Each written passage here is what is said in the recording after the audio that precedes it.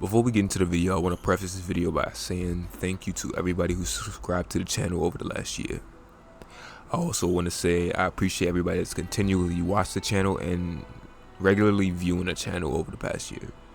I might not have been posting, but I've definitely seen that over the last year, since I've been gone, the channel has maintained a healthy status in terms of people just viewing the videos and people just subscribing to the channel. I see everything, even though I might not always reply and I might not always respond. With that being said, I also want to say, I guess you could just say I was going through a character development arc in my life.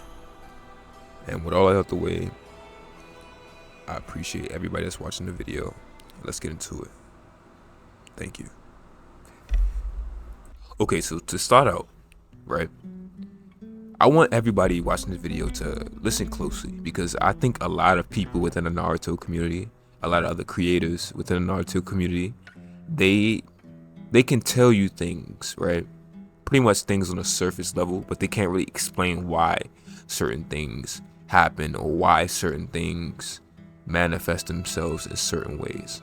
Now, necessarily in terms of how Itachi came in hold of the Totsuka blade and the Yata mirror, it's really ambiguous. It's not really explicitly told. It's not explicitly stated how exactly, but it's some key points throughout the series that you can use and you can take and you can connect the dots in order to understand most likely how things transpire. So what I mean by that is, in order to understand why this character Susano'o has these blatantly overpowered and broken unstoppable weapons, is you need to understand the character themselves. You need to understand the character's wants, needs, desires, experiences, personalities, because for all intents and purposes, your Susano'o is an extension and manifestation of yourself. It's a manifestation of your will, it's a manifestation of your wants, it's a manifestation of your desires. That's all a Susano'o is. A lot of people don't understand this. When you look at Itachi's full body Susano'o, right, which isn't canon, but it is approved by Masashi Kishimoto. When you look at it, what's one thing you notice about the face of his Susano'o? He has a mask on. Just like Itachi's character, he's two-faced. He wears a mask for the majority of the show. That is one small thing that's used to transmit the character's wants and desires and put it into a picture. Sometimes you might not be able to explain something, but you can definitely use a picture to show it. His character, his Susano'o, has a mask on his face. Now, secondly, of course, the character's wants and desires. The character's wants and desires was to always be the strongest in order to stop all conflicts and wars. Having lived through the Third Great Ninja War, unlike a lot of younger characters throughout the series, he wanted to control and obtain everything. He really was no different than Orochimaru. He really was no different than Madara. He's really no different than Sasuke. The only thing that was different was the intentions. Like, a lot of people don't really necessarily like when you compare Orochimaru to Itachi, but what's really the difference between the two characters besides the benevolence within them, right? At the end of the day, their wants and goals were damn near the same at one point, you know? To obtain, what's Orochimaru's goal? To obtain all the knowledge and all the jutsus in the world. What was Itachi's goal? To obtain all the power and all the control in order to stop the wars. The means might be different, but the end goal was ultimately the same. You know what I'm saying? To have so much control in order, you gotta think how, you know how strong Sasuke was at the end of the Shippuden?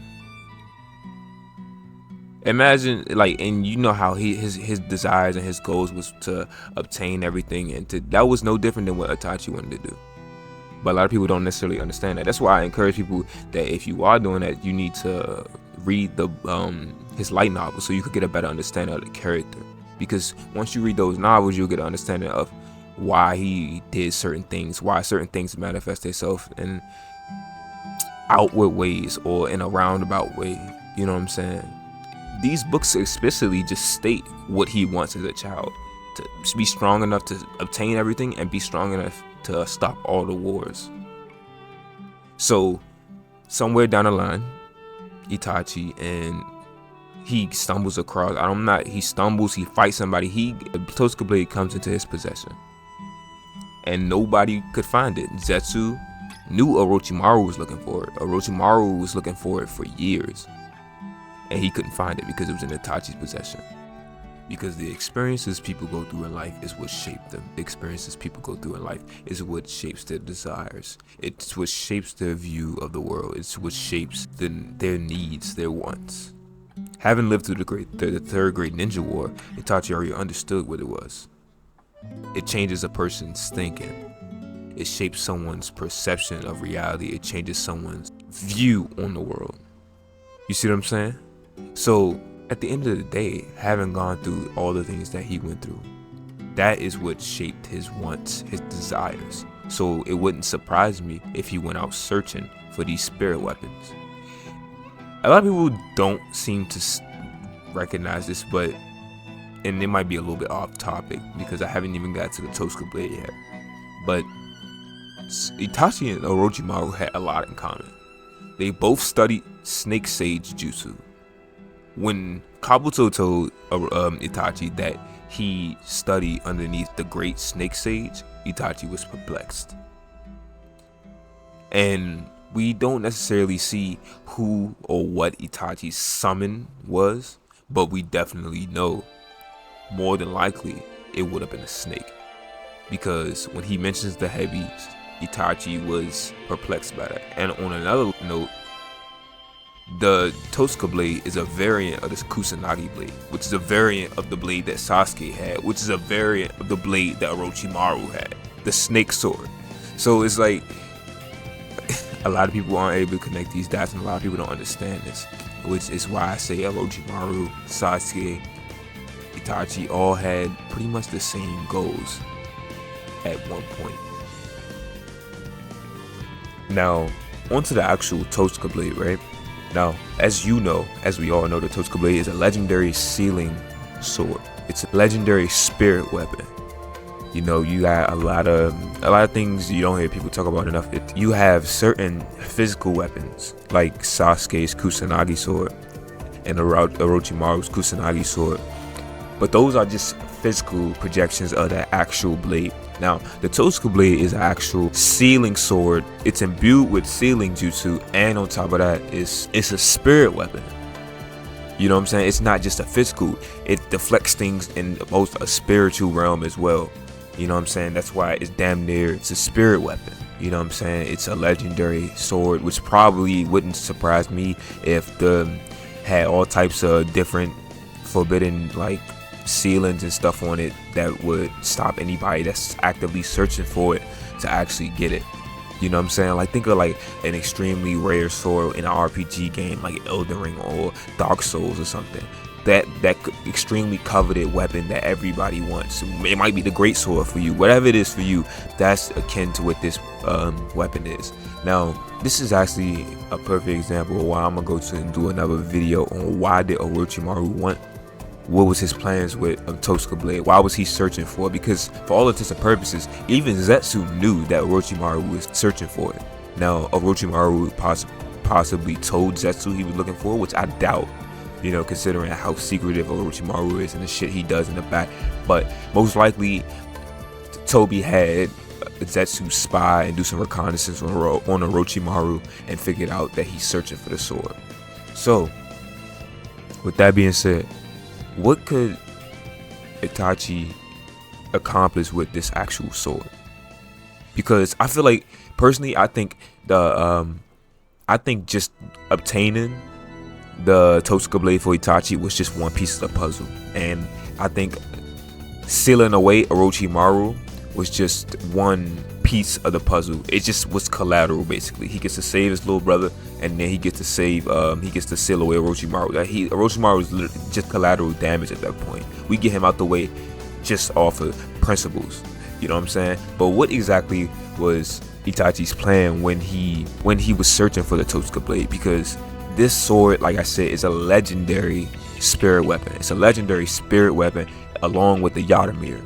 And it's something that people have searched for, and it's most likely, I think Itachi went out searching for it, and he defeated something, maybe a great sage or somebody with it, because I know at least Itachi was cognizant of the studies of the great snake sages, just like Sasuke, just like Orochimaru.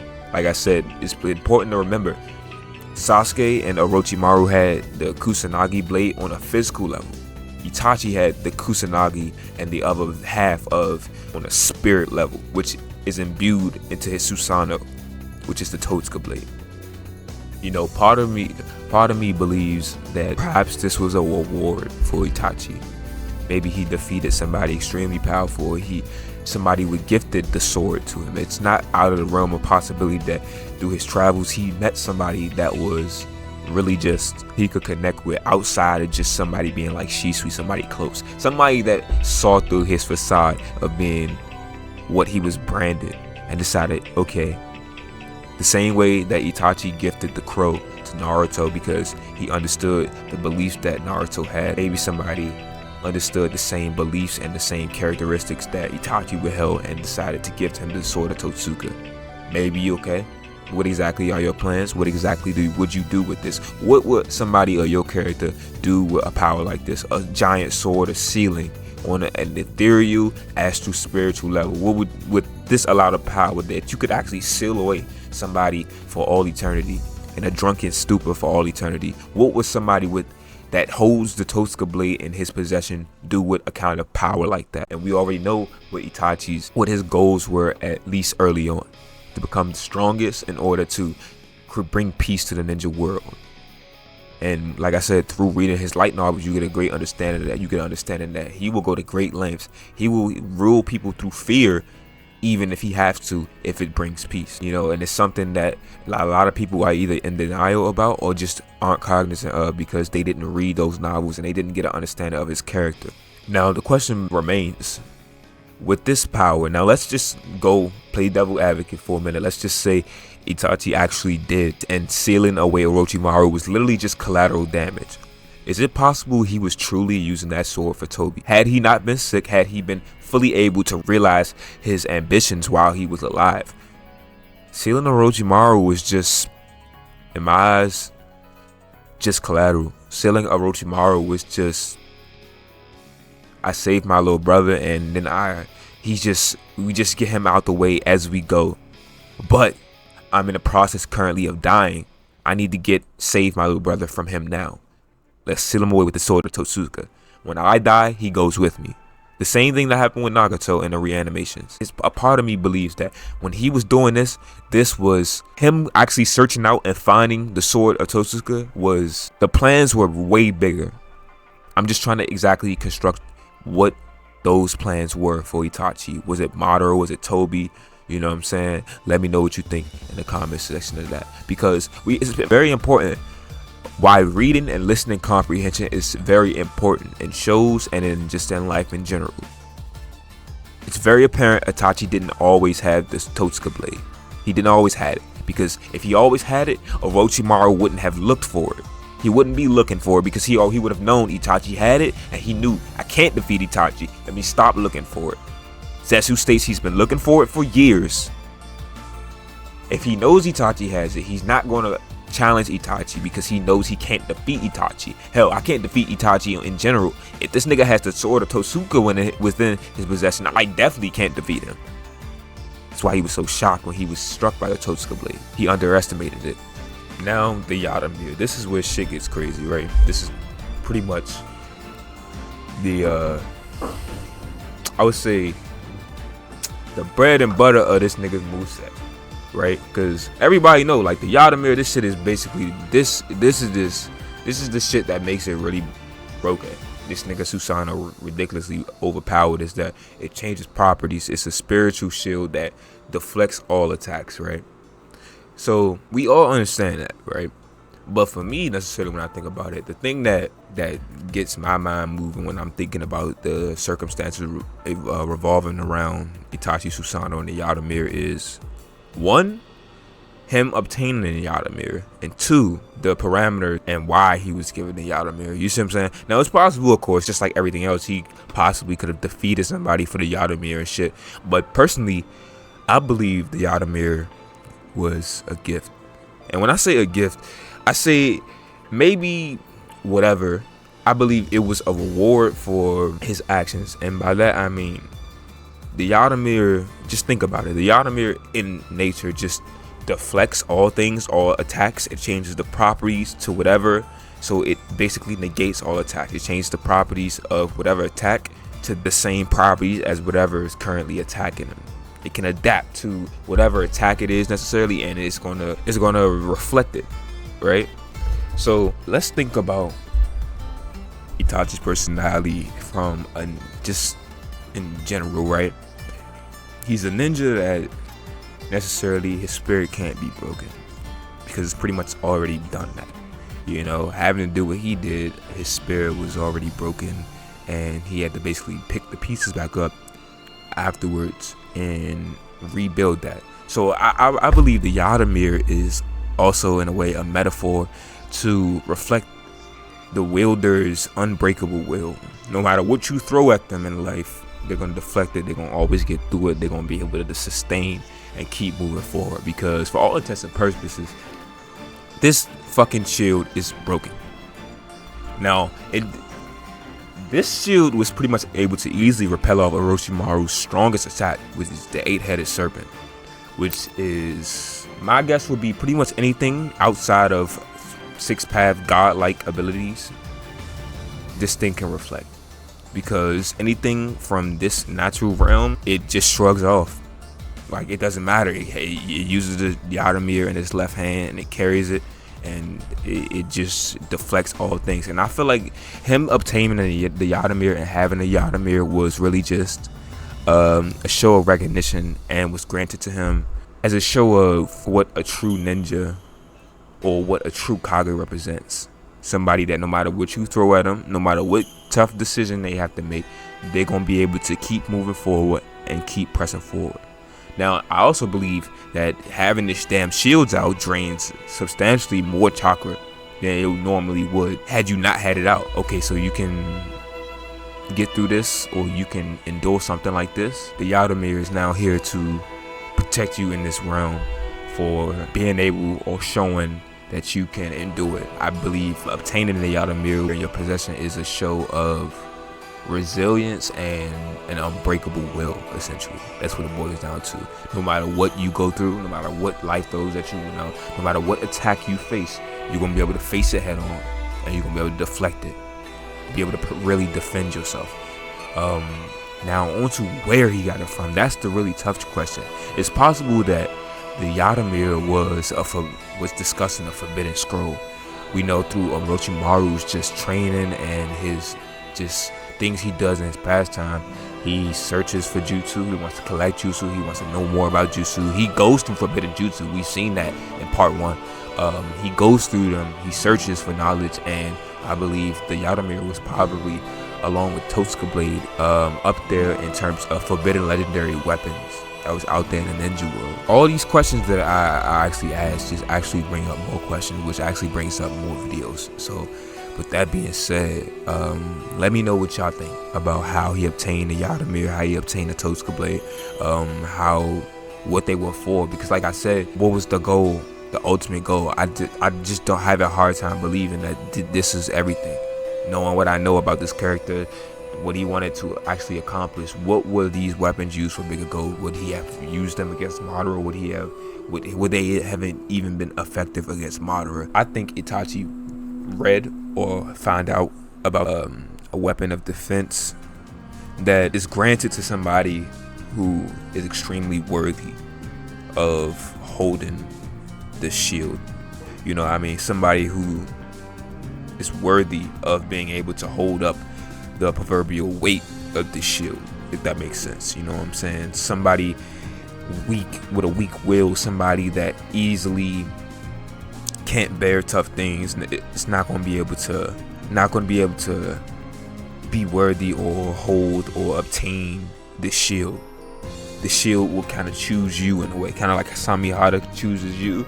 It's possible that Yata mirror chooses its wielder. It chooses somebody worthy of defending and deflecting attacks from. Very important to remember that these are spirit weapons. These are weapons that go just beyond the physical realm of what you and I can just see. You know what I mean? Like, spirit weapons it's kind of an extension of the person. going back to what I initially said at the beginning of the video, you don't obtain spirit weapons on accident. You know what I mean? Like, spirit weapons, the Yata mirror was something that he was able to obtain having gone through the life that he had gone through as a ninja. You know, it was very fitting that somebody who had to basically reject reality and just basically go through and endure such pains and great struggles that he had to go to, the Yata mirror was only right that somebody of this nature wields it, right? Like, if my ultimate goal is to maintain and control the shinobi world through whatever means I deem necessary, whatever means I deem acceptable, to go to great lengths as to control something as large as the world or to change the world, you would need power that would be able to stand great battles. You need to be able to defend yourself from world-like otherworldly attacks, spirit weapons, spirit summons, whatever that may be. Whatever it is, you need to be able to do it, because spirit weapons are not just, think of the Kusanagi blade, right, that Orochimaru and Sasuke have. Think of those. You know, you can't really, with Sasuke's Kusanagi blade, they have unique elemental properties where you can't cut through his, right? You know how Sasuke's blade, Yamato tried to stop it, he got cut with it and stuff like that. You can't cut through the blade. You can't block the blade in a traditional sense. So if that's just one variant or two variants of the physical Kusanagi blades that Orochimaru and Sasuke have, what could a spirit version or an ethereal version of this sword accomplish? What would an ethereal shield be able to accomplish? You know what I mean? Like, Sasuke, he's mastered things in terms of snakes summoning and snake sages and snake teachings on a physical level. And so the same with Orochimaru. But what sets Itachi apart is he's mastered these things on a spiritual level, which is always greater than the physical. That's why that sword is so fucking ridiculously OP. That's why the shield is so ridiculously OP, because when you start reaching the realm of things within a holy or spiritual plane, then things become very, very powerful. Important to understand that when you start reaching the realm of weapons that can reach into a spiritual plane, weapons that can reflect things on a spiritual plane, start to delve into the realm of godhood or the realm of divinity. It's like an RPG game. It's like Elden Ring. It's no different than a lot of the Dark Souls games we play. When we obtain this great sword, or we attain this weapon that starts to lead you back into the greater lore of the series, that's when you start to realize, okay, our character or this character really has the potential to achieve great things. This character has the soul or the spirit of a great accomplisher in terms of becoming Elden Lord or becoming, you know, whatever that may be within your game. You know what I mean? That pinnacle of divinity, you start reaching another level of spirituality, of power, just in general, godhood, you know, six paths abilities and stuff like that. It all ties in. It's all different branches on the same tree. And only people, you don't get special people that wield these weapons.